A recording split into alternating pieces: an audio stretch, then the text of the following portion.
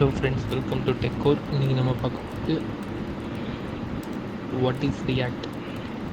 ரியாக்ட்னா என்ன? ரியாக்டை பற்றி ஒரு சிம்பிளாக ஒரு 5 ஸ்டெப்ஸில் பார்க்கலாம்.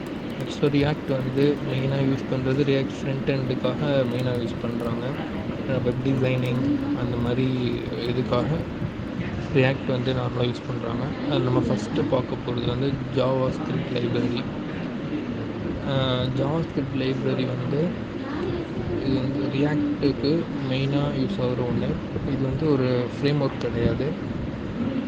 அப்புறம் செகண்டாக நம்ம பார்க்கும்போது வந்து component based. It it follows A component based architecture.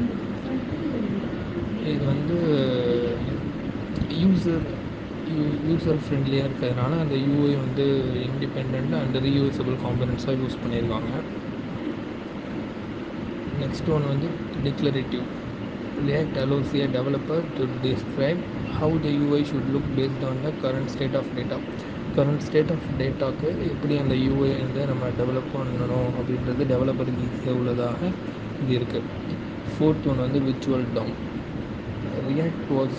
React uses a virtual DOM to efficiently update the actual DOM, improving performance.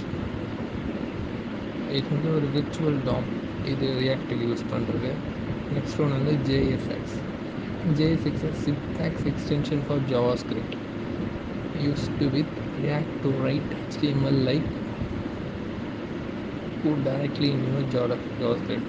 HTML கூட டைரெக்டாக யூஸ் பண்ணுறதுக்காக இந்த JSX வந்து ரியாக்டில் யூஸ் பண்ணுவாங்க.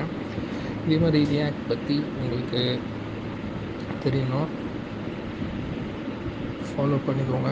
அண்டு காசு இன்ஃபோடெக்கை இது விசிட் பண்ணி பாருங்கள். தேங்க்யூ.